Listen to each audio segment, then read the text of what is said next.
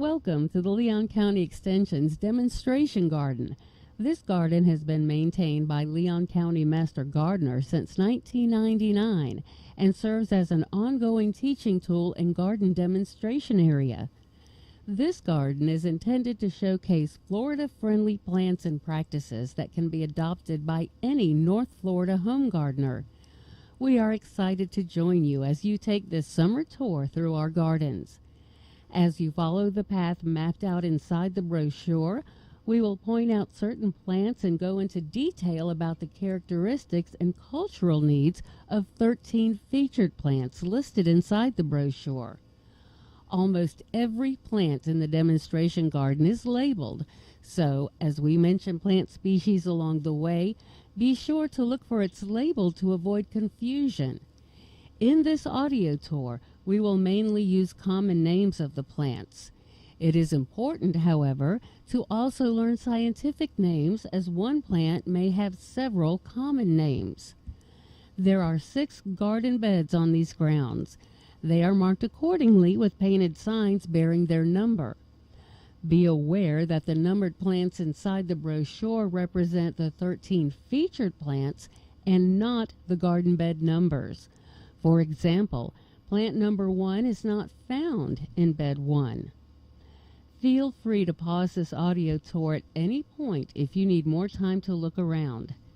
Master gardeners are usually available in the office building Monday through Friday from 9 a.m. to 5 p.m. They can offer any additional information regarding Florida-friendly practices and cultural needs of a certain plant that caught your interest. To start the tour, stand directly facing the office building's front steps. Turn to your right where you will see the edge of bed 2. The first featured plant of this tour is on the right, covered in yellow flowers with black centers. This is the Black-Eyed Susan and is one of our Florida-friendly landscaping favorites.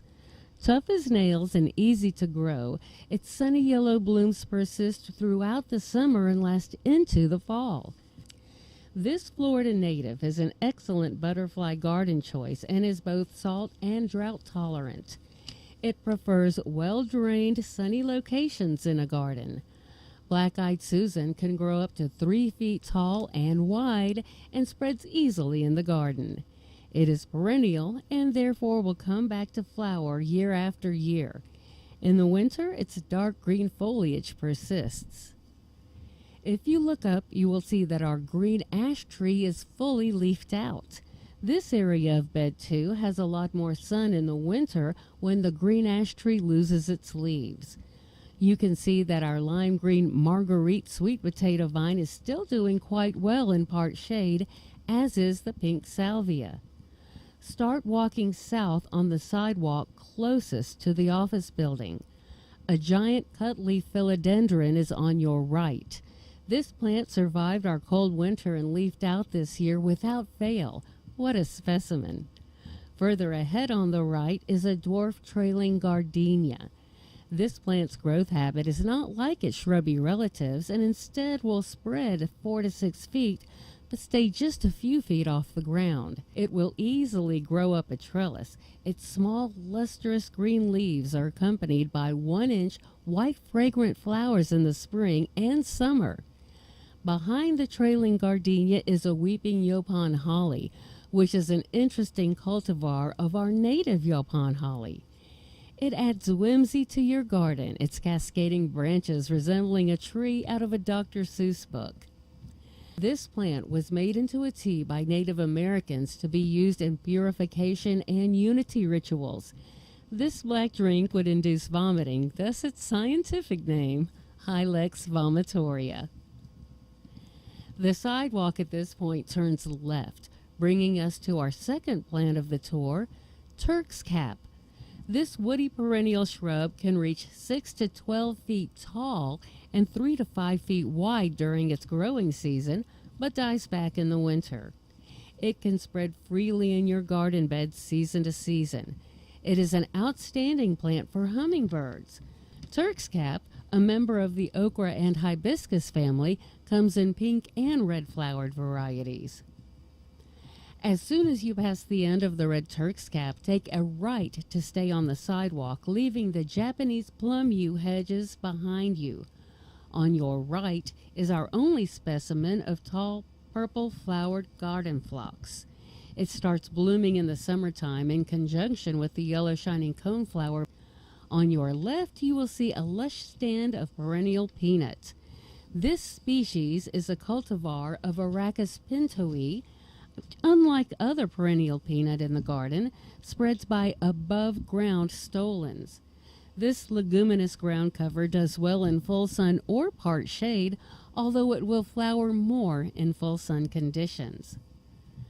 As you walk forward, the path veers off to the left to the wooded area of bed 3. You know you're on the right path if there is a variegated shell ginger immediately to your right. This tropical plant is appropriately named with its delicate flower stalks of drooping white, yellow, and red flowers that resemble shells come late summer. Its variegated tropical greenery is attractive throughout the summer, but does freeze back in the winter. In the background behind the shell ginger is native southern shield fern, a bright green ground cover that thrives in shaded areas, in this case under the canopy of shoe-barred oak trees. New fronds of southern shield fern emerge in the springtime. As you walk forward on the leaf-littered path of bed 3, you will see a native saw palmetto on the left-hand side. On your right is a grouping of arborvitae fern, which is actually a spike moss. It's another good fern-like ground cover for shady areas in the garden. As the path veers off to the right, you will come across our third featured plant, which has the common names hidden and fireplug ginger. In the winter, fireplug ginger is completely dormant. You would never guess that it is here. But as soon as the weather warms, new leaves emerge and spicy, earthy-smelling flowers pop up and glow fire orange just above the soil surface. Go ahead and give these flowers a smell if you wish. The path now intersects a sidewalk. To stay on the tour, turn left after you reach the sidewalk. It will lead you to our rain garden, which was installed in 2017. You will see a sign with TAP's logo on it. TAP, or Think About Personal Pollution, is a City of Tallahassee program, and we partner with them to host rain garden and rain barrel workshops. Our fourth featured plant resides in the rain garden. You might recognize this native Florida plant if you've ever canoed along our local rivers, as it grows along the riverbanks. This is its first year in the rain garden, but it didn't miss a beat as it bloomed at the beginning of June and has been blooming through July. Other plants that are growing in our rain garden include the blue flag iris and Chipola coreopsis, as well as some native blueberries and native muhly grass that is found on the outer rim. The large tree on the edge is a river birch. When selecting rain garden plants, you want to choose one that can withstand periods of heavy flooding, but also periods of drought. This rain garden fills up to the rim during a heavy rain, but within a day the water slowly percolates down into the groundwater. Standing at the rain garden facing south, look into the far distance to your right.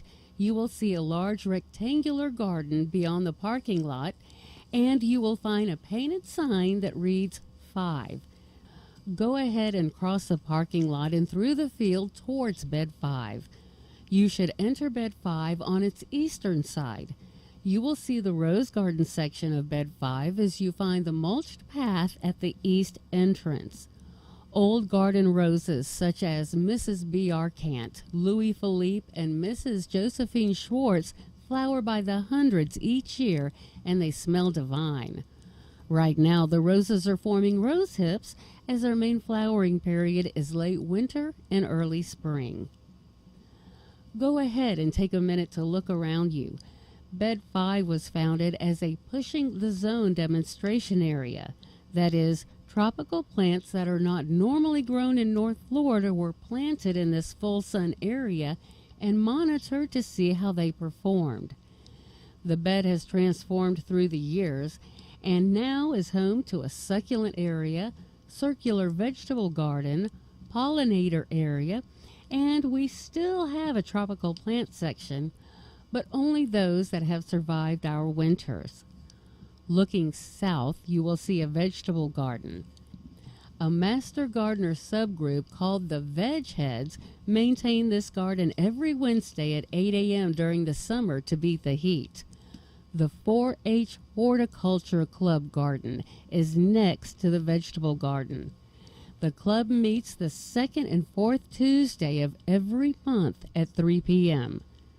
Straight ahead of you to the west is our herb canoe, currently filled with rosemary and garlic chives. There is a Mexican sunflower right behind it. To the left of the herb canoe is a scrambling skyflower, which fills up the whole back side of Bed 5 every summer. This vine blooms profusely with bell-shaped blue-purple flowers that bumblebees go crazy for. It will die back in the winter. To the right, up the path, you will see a yellow-flowered thryallis, a hardy tropical that will survive our winters. As you follow the mulched path looping back north, on the left of you is a yellow and white glossy abelia, a great pollinator plant for spring and summer.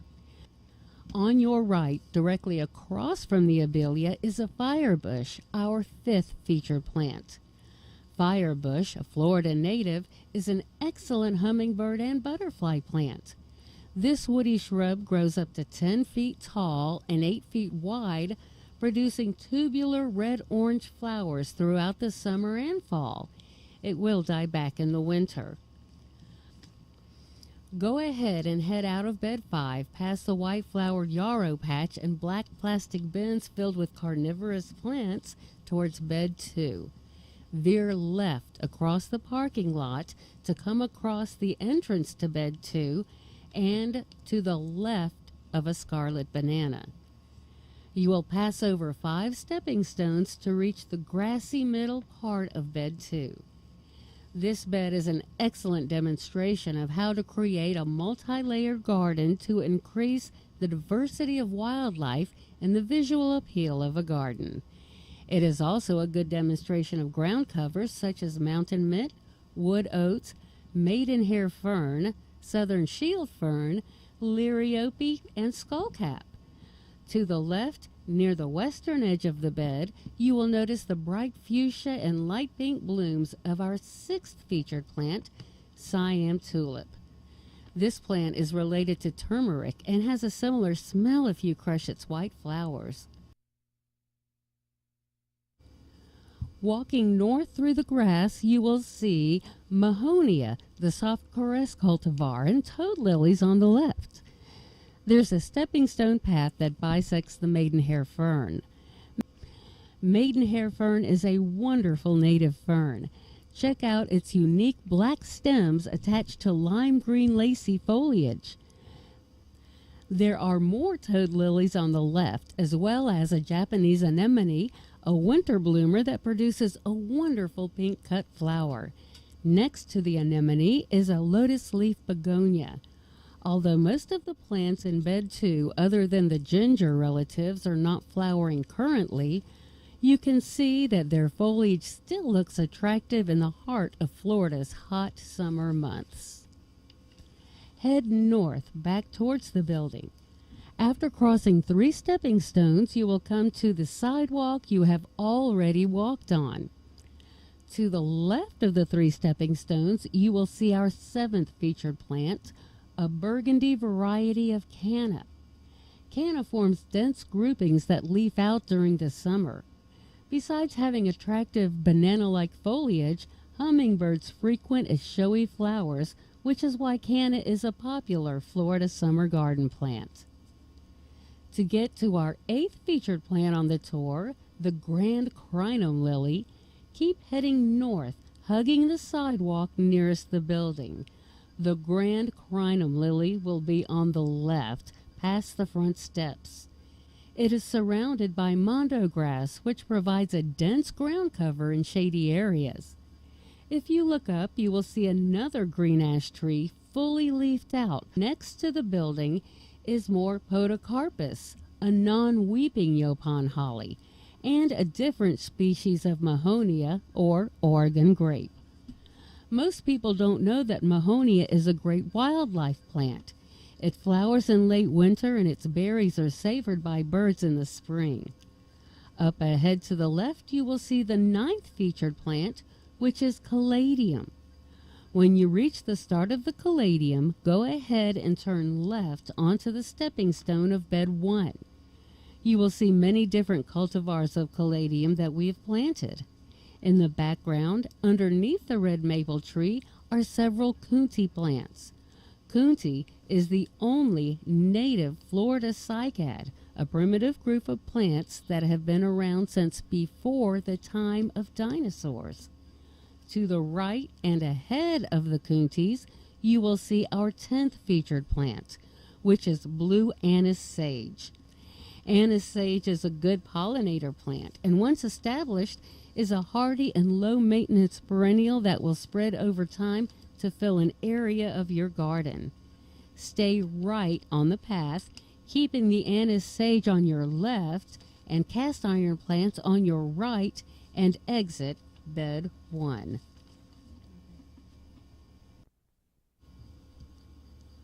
Walk toward the Paul Russell Road entrance. If you're standing on the pavement, on your left is a large southern magnolia tree with more caladium planted in front. On your right is the start of bed 6 and our 11th featured plant, which is perennial peanut. Arachis glabrata arblic is rhizomatic, meaning it spreads from continuously growing horizontal underground stems. Both perennial peanut species are excellent ground covers, bearing yellow flowers all summer long. As you walk heading east and keeping bed 6 on your left, you will see tropical milkweed, oleander, and more firebush. Behind them is a row of crepe myrtles, our 12th featured plant. Crepe myrtle trees bloom in the beginning of summer and are a great nectar source for bees. They grow gracefully in a fountain shape, bursting with color in the summertime. Keep following the crepe myrtle row heading east to come across more old garden roses, knockout roses, and climbing roses. A gardenia bush stands among the roses, producing fragrant blooms in the early summer. Bed 6 is under reconstruction, and by next summer it should look very different. A cut flower garden will be installed, as well as an alternative ground cover demonstration on the slope, and more old Florida garden favorites to expand on those that are already found in bed 6, such as daffodils, daylilies, oleander, gardenia, hydrangeas, and roses. You may have seen a bright light blue flower as you are heading towards the roses. This is our last featured plant, plumbago. A perennial woody shrub, blooms profusely until a freeze and will grow to a spread and height of 10 feet. It is easily a Florida landscaping favorite. You have reached the end of the tour. You can now explore the gardens at your leisure. We hope you enjoyed the Master Gardener audio accompaniment to the tour and learned something new about our favorite summer garden plants. Please do not hesitate to call or email us with any follow-up questions. Thank you for coming.